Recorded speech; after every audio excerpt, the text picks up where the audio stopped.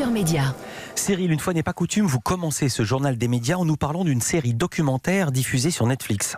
Et si je vous en parle, c'est parce que cette série est un phénomène. En France, elle s'appelle Au Royaume des Fauves, mais le monde entier la connaît sous son titre original Tiger King.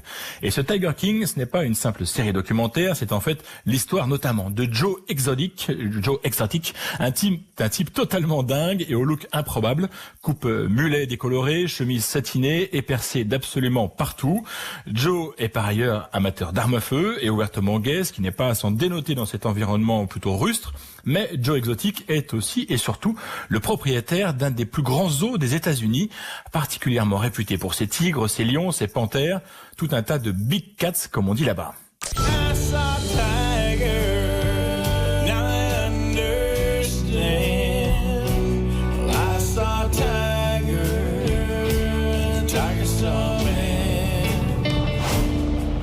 Et Joe Exotic est aussi un chanteur. Joe fait tout et il vend aussi des produits dérivés et il s'est même présenté pour être gouverneur de l'Oklahoma.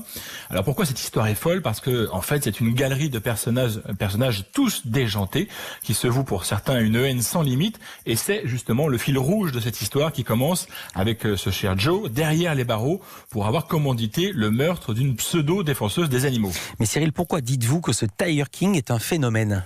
Eh bien, parce que les chiffres fournis aux États-Unis par Nielsen, c'est le médiamétrie américain, montrent que Tiger King affole les compteurs. Plus de 34 millions de personnes ont regardé le programme dans les 10 jours qui ont suivi sa mise en ligne sur Netflix. Pour vous donner un ordre d'idée, c'est mieux que la deuxième saison de Stranger Things, la série de science-fiction très prisée par les ados. Et sortie sans la moindre promotion, Tiger King a en fait bénéficié d'un bouche à oreille très favorable. Moins de 300 000 personnes avaient regardé la série lors de sa sortie le 20 mars. 9 jours plus tard, on était presque à 3,5 millions. Tiger King est évidemment disponible sur Netflix en France. Et si vous aimez les histoires aussi dingues que pathétiques, vous allez vous régaler. Ah ça fait ma joie, ces personnages qui sont réels.